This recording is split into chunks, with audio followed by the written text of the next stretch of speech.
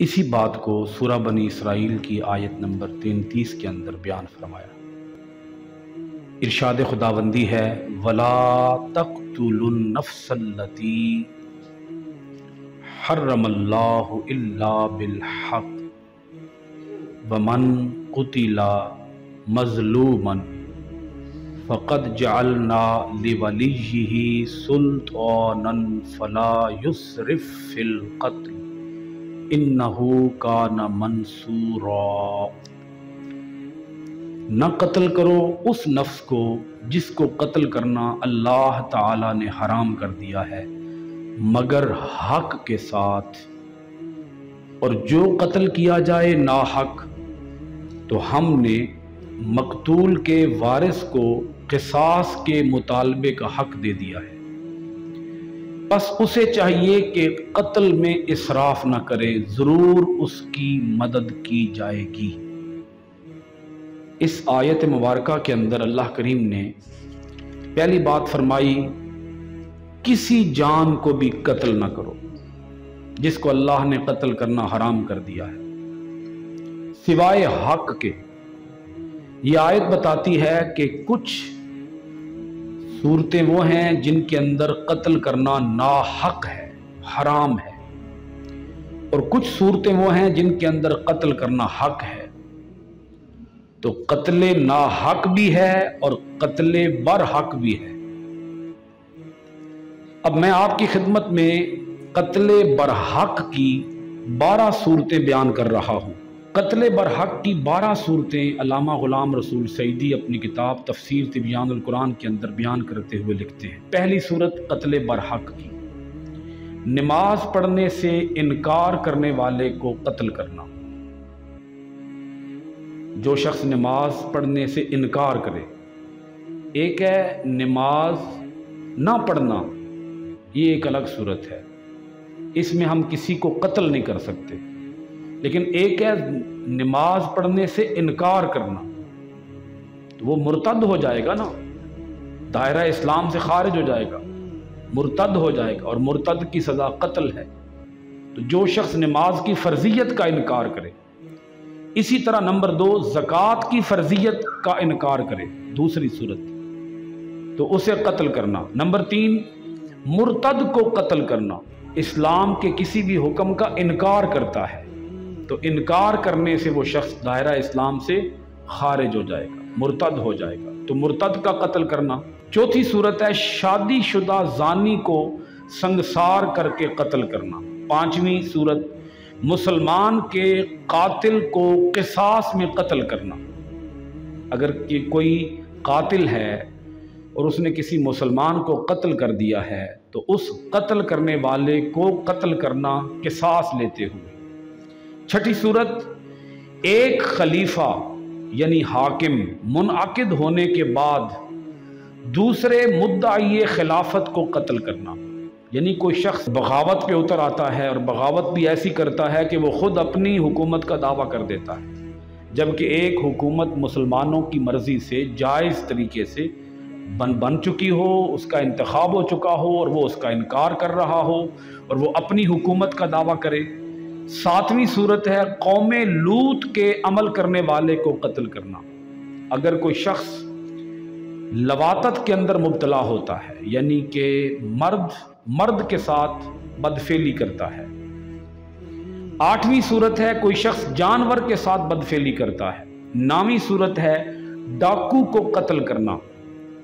10ویں صورت ہے مسلمان کا اپنی جان یا مال کی حفاظت اور مدافعت میں قتل کرنا۔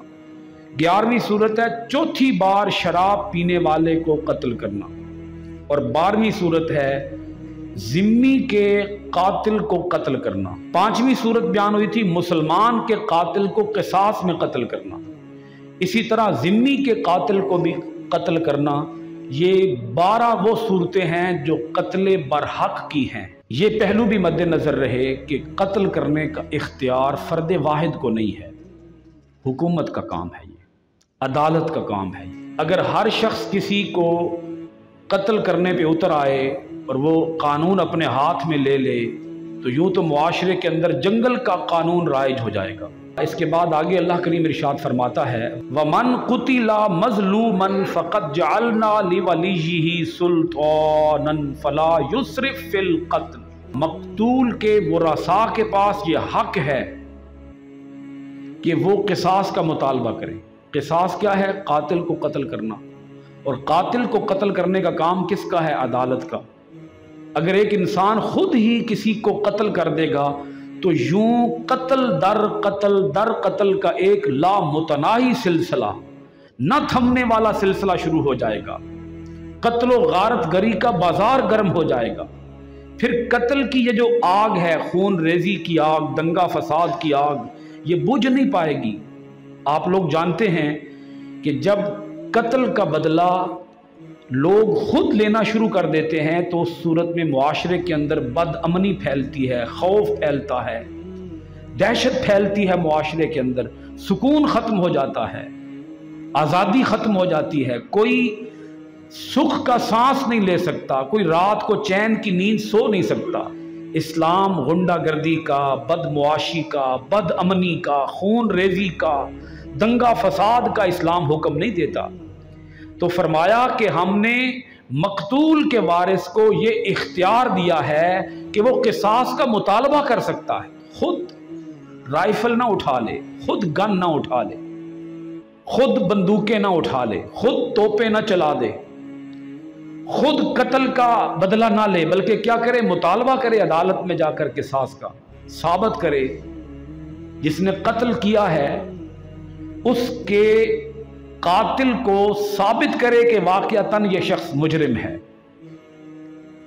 आगे फिर निज़ाम भी इतना पेचीदा नहीं होना चाहिए। ये जो कत्ल के जो केसेस होते हैं इनके फैसले फिल फौर होने चाहिए। जितना जल्दी मुमकिन हो ऐसे केसेस को निपटाया जाना चाहिए ताकि मुआशरे के अंदर सुकून कायम हो सके, अमन कायम हो सके, मुआशरे के अंदर एतदाल आ सके। फिर अल्लाह करीम ने आगे फरमाया फला युस्रिफ फिल कत्ल। ये बड़ा एक जोरदार अल्लाह करीम का फरमान है कि मकतूल के वारिस को ये नहीं चाहिए कि वो इसराफ पे उतर आए। अब इसराफ क्या है इस मामले में? भाई कत्ल एक हुआ है और उस एक के कत्ल के बदले में 20 को कत्ल कर देना, 40 को कत्ल कर देना, कई जानों का कत्ल कर देना, तो अल्लाह करीम फरमाता है इसराफ ना करना। जिसने कत्ल किया है बस उसको उससे क़िसास लेना। ये नहीं है कि एक के बदले में 100 जानें ज़ाया कर दी जाएं। अल्लाह करीम ने फरमाया इसमें इसराफ से काम ना लेना। आगे फरमाया इन्नहु काना मंसूरा, ज़रूर इसकी मदद की जाएगी, यानी जो मकतूल का वारिस है उसकी मदद की जाएगी। मकतूल के वारिस को पूरा हक दिया जाएगा कि वो अपने केस की पैरवी करते हुए साबित करे कि कातिल कौन है। रसूल करीम अलैहिस्सलातु वस्सलाम ने इंसानी जान की हुर्मत, इंसानी जान की इज्जत, इंसानी खून की कदर व कीमत बयान करते हुए ही इरशाद फरमाया कि अगर किसी मुसलमान ने किसी गैर मुस्लिम को कत्ल कर दिया बिला वजह, तो अल्लाह के रसूल ने फरमाया वो मुसलमान जन्नत में जाना तो बड़ी दूर की बात, वो 40 साल की दूरी से भी जन्नत की खुशबू तक नहीं सूंघ सकेगा। जन्नत में जाना तो बड़ी दूर की बात, उसे जन्नत की खुशबू तक महसूस नहीं होगी। वो जन्नत की हवा से भी महरूम रहेगा, जन्नत की खुशबू से भी महरूम रहेगा जिस मुसलमान ने किसी गैर मुस्लिम को बिला वजह कत्ल किया होगा। इसी तरह अल्लाह के रसूल अलैहिस्सलातु वस्सलाम ने इरशाद फरमाया जिस मुसलमान ने किसी गैर मुस्लिम को, किसी जिम्मी को बिला वजह कत्ल किया, तो अल्लाह के रसूल ने फरमाया उस गैर मुस्लिम का साथ मैं खुद दूंगा, गैर मुस्लिम का साथ दूंगा। उस मुसलमान के खिलाफ और उस गैर मुस्लिम के हक में अल्लाह के दरबार में वकील मैं खुद बनूंगा। अब देखिए ना, रसूल पाक सल्लल्लाहु अलैहि वसल्लम ने ही तो हमारी सफारिश करनी है, हमारी शफाअत करनी है। तो जिससे हमें शफाअत की उम्मीद है, अगर वही किसी के खिलाफ उठ खड़े हों, अगर वही रसूल पाक सल्लल्लाहु अलैहि वसल्लम फरमा दें कि मैं क़यामत के दिन उस मुसलमान का साथ नहीं दूंगा जिसने किसी गैर मुस्लिम को बिला वजह कत्ल कर दिया होगा, और यहाँ आप यकीन जानिए हमारे यहाँ नफ़रत की आग लगाई जाती है, बदअमनी को हवा दी जाती है, फितने फैलाए जाते हैं, बाकायदा फितनों को प्रमोट किया जाता है। इसमें हमारे अपने भी शामिल हैं, गैर भी शामिल हैं। गैर तो यही चाहते हैं कि इस्लाम के ऊपर ये धब्बा लगाया जा सके कि इस्लाम दहशतगर्दी का दीन है, फसाद का दीन है। गैर मुस्लिमों ने, इस्लाम दुश्मनों ने तो यहाँ तक कह दिया कि इस्लाम का जो तसव्वुर जिहाद है वो तसव्वुर फसाद है। वो जिहाद को जिहाद मानते ही नहीं है, वो तो कहते हैं ये फसाद है। तो हमारे यहाँ जो मसलकी तासुबात हैं, इन तासुबात का भी खात्मा होना चाहिए। भाई जिसका जो भी अकीदा है उसको मुबारक, हमें अपने अकीदे को खुल के बयान करना चाहिए और किसी दूसरे के अकीदे पे हमें कीचड़ नहीं उछालना चाहिए। इससे भी इंसानी जानों का कत्ल होता है। ये जो जुबान से बात की जाती है, आप लोग जानते हैं इसके क्या असरात पड़ते हैं। हमारे जो कई वाइजीन हैं, उलमा हैं, वो अपनी जुबान से गैर मोहतात जुमले अदा कर देते हैं, जिससे आगे अनारकी फैलती है, बदअमनी फैलती है, मसलकी तासुबात को हवा मिलती है। भाई जो सुन्नी है वो सुन्नी रहे, वहाबी वहाबी रहे, देवबंदी देवबंदी रहे, शिया शिया रहे।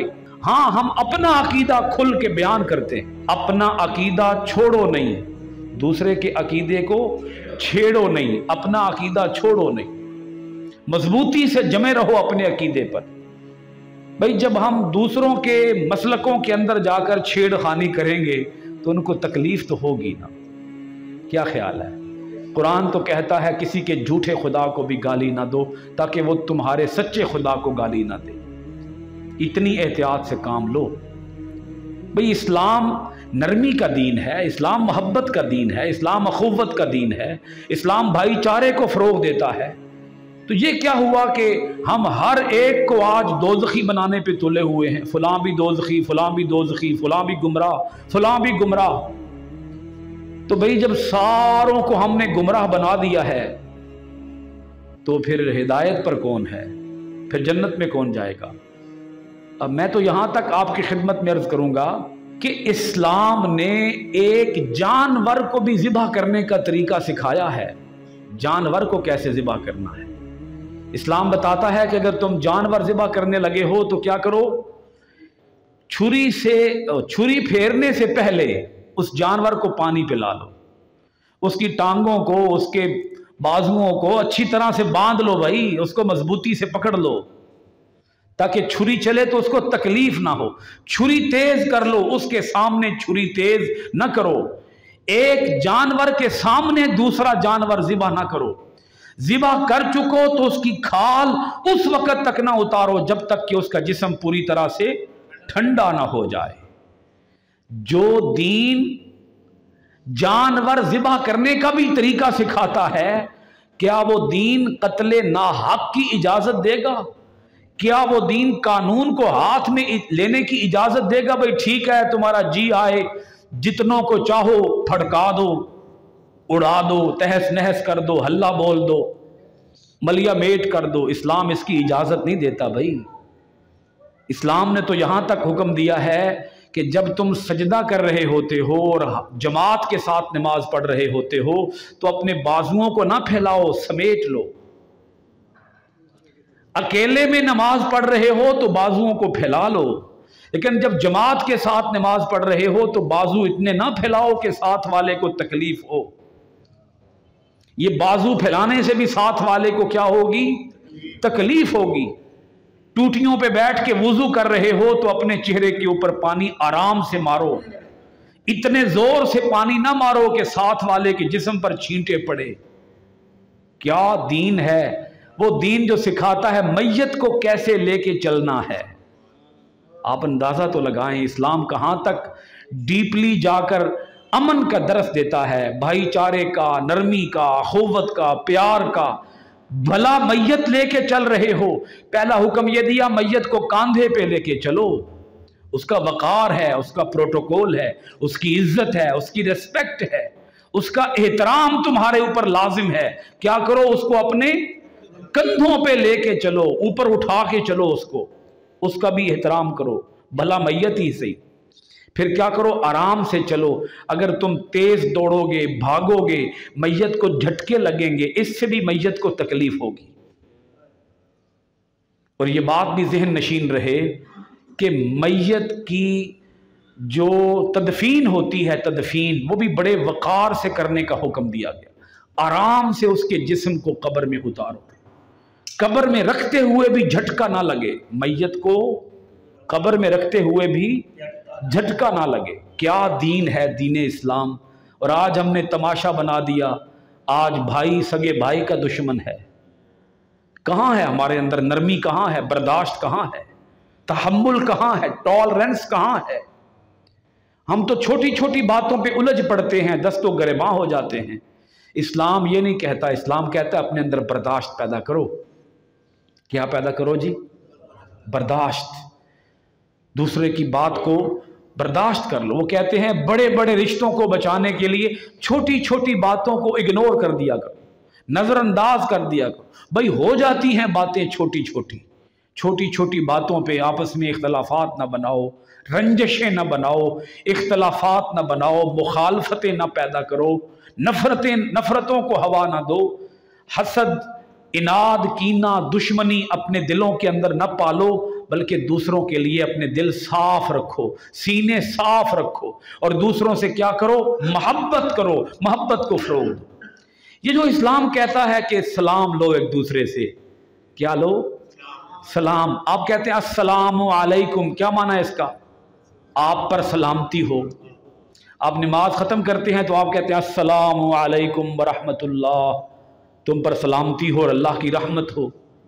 भाई वो दीन जो वक्फे वक्फे से हुक्म देता है अपने मानने वालों को सलामती की दुआ करो, अपने लिए भी सलामती मांगो, दूसरों के लिए भी सलामती मांगो। वो दीन कैसे इजाजत देगा भाई जिसका जी चाहे वो कत्ल कर दे, तलवार उठा ले, गोली चला दे, फड़का दे, उड़ा दे, तहस नहस करके रख दे। कैसे इस्लाम, वो दीन कैसे ये इजाजत दे सकता है जो कहता है अफशुस सलामा, सलामती को फैलाओ। किसको फैलाओ? सलामती को फैलाओ, सलामती को प्रमोट करो, सलामती को फरोग दो। वो किसने कहा था, न जाने कब कौन किसे मार दे काफिर कहकर, न जाने कब कौन किसे मार दे काफिर कहकर, शहर का शहर मुसलमान हुआ फिरता है। तो अल्लाह करीम से दुआ करें कि अल्लाह करीम हमें अमन अता फरमाए, सलामती अता फरमाए, कुव्वत बर्दाश्त अता फरमाए, और अल्लाह करीम हमें गुस्से से महफूज फरमाए।